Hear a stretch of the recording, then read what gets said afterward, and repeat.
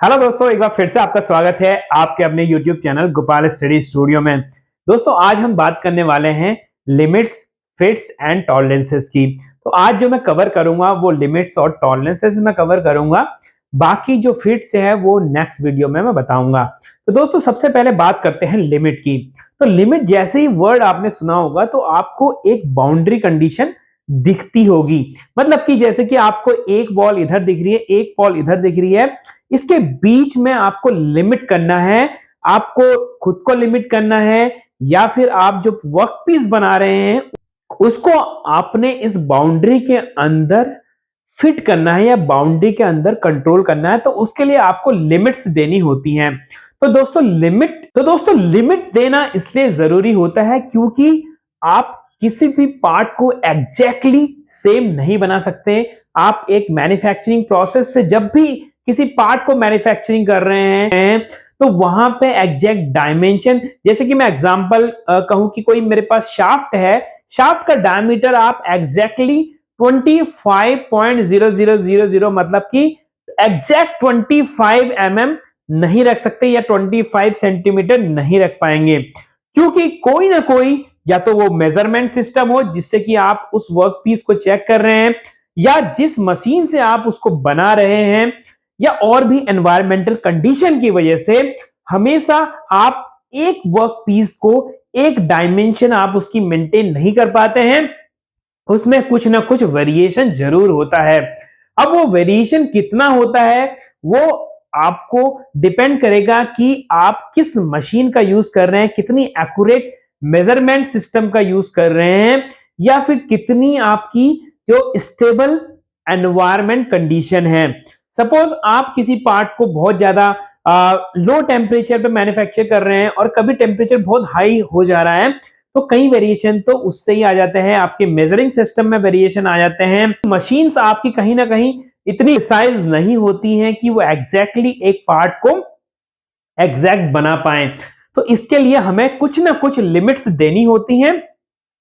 तो ये जो लिमिट्स हम देते हैं, जो जो जोन बनता है, मतलब कि एक तरीके से अगर मैं एग्जांपल के लिए बोलूं कि 25 mm की मेरी शाफ्ट है, तो इसको मुझे प्लस माइनस 0.1 mm के बीच मेंटेन करना है। इसका मतलब 25 से माइनस 0.1 और 25 से प्लस 0.1 के बीच हमें इसको मेंटेन करना है।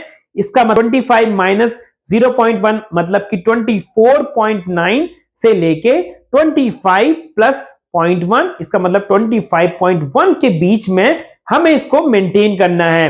तो जो ये लिमिट को अगर हम लोअर लिमिट और अपर लिमिट का जो गैप देखते हैं, जो ये बैंड हमें मिलता है दोस्तों, इसको हम उस पार्ट का टॉलरेंस बोलते हैं। मतलब कि दोस्तों इस पार्ट के अंदर जो टॉलरेंस है वो 0.2 का है। हमने अपर लिमिट को मतलब कि 25.1 को माइनस किया, उसमें से माइनस किया हमने कितना 24.9, तो जो हमारा निकल के आया 0.2, that is a tolerance for that part. तो दोस्तों टॉलरेंस भी डिसाइड करना बहुत ही क्रिटिकल हमारा एक चीज है। जो टॉलरेंस है वो कई चीजों के बेस पे डिसाइड होता है। कितनी प्रिसाइज हमें असेंबली चाहिए, क्या एनवायरमेंटल कंडीशन है, कॉस्ट ऑफ मैन्युफैक्चरिंग कितनी होनी चाहिए। तो बेस्ड ऑन दैट कोई जो डिजाइनर होता है वो बैच टॉलरेंस वहां पे डिसाइड करता है किसी भी पार्ट का मैन्युफैक्चरिंग के लिए। तो दोस्तों अगर मैं शाफ्ट को बोलूं कि एग्जैक्टली हमें 25 mm की चाहिए, मतलब कि अगर मैं टॉलरेंस उसमें बहुत कम कर दूं, सपोज मैं टॉलरेंस देता हूं उसमें प्लस माइनस 5 माइक्रोन का, तो प्लस माइनस 5 माइक्रोन अचीव करने के लिए हमें हो सकता है उस शाफ्ट को पहले मशीनिंग करना पड़े, फिर ग्राइंडिंग करना पड़े, फिर सुपर फिनिश वहां पे ग्राइंडिंग करना पड़े। तो बहुत सारी एडिशनल कॉस्ट वहां पे जुड़ जाएंगी। बहुत ज्यादा टॉलरेंस मेंटेन करने के लिए, बहुत ज्यादा प्रिसाइज बनाने के लिए the cost of machining can be go up to 10 time और मोर देन दैट। जैसे कि मशीनिंग कॉस्ट अगर एक पार्ट की सपोज 1000 रुपए आ रही है, तो वहां पे उसके बाद ग्राइंडिंग, उसके बाद सुपर फिनिश ग्राइंडिंग करते करते वो पार्ट की कॉस्ट 10,000 तक जा सकती है और कई कई बार उससे ऊपर भी जा सकती है।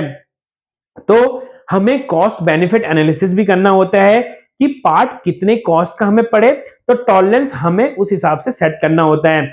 अब टॉलरेंस कम का तो ये घाटा रहेगा कि मशीनिंग कॉस्ट बहुत बढ़ जाएगी, हमें हाई सरफेस फिनिश बनानी पड़ेगी, मटेरियल की कॉस्ट भी बढ़ जाएगी, मटेरियल भी हमें अच्छे से सिलेक्ट करने पड़ेंगे, एनवायरनमेंट कंडीशन भी हमें मेंटेन करनी पड़ेगी, मशीन का प्रिसीजन भी उतना अच्छा मेंटेन करना पड़ेगा, तो वो एडिशनल सारी कॉस्ट हमारी जुड़ती चली जाएगी। वहीं अगर बात करूं बहुत ज्यादा टॉलरेंस देने की, मतलब कि अगर हमने किसी पार्ट में सपोज 1 mm प्लस माइनस का टॉलरेंस दे दिया, अब 1 mm प्लस माइनस टॉलरेंस होने से क्या होगा, वो पार्ट बहुत ही इनएक्यूरेट बनने लगेंगे।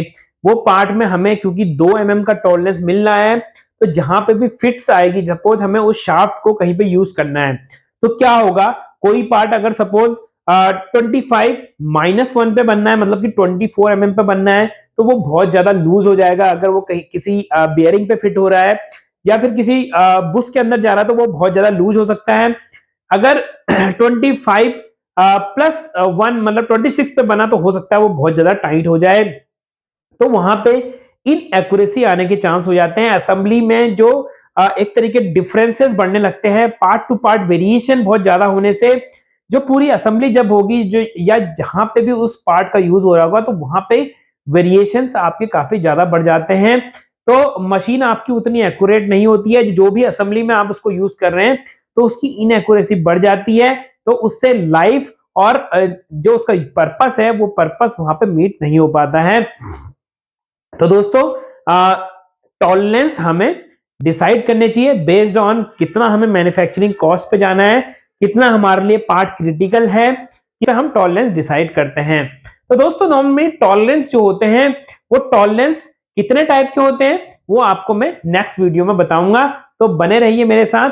तब तक के लिए दीजिए इजाजत। नमस्कार, जय हिंद, जय भारत। पढ़ेगा इंडिया तभी तो स्किल बनेगा इंडिया।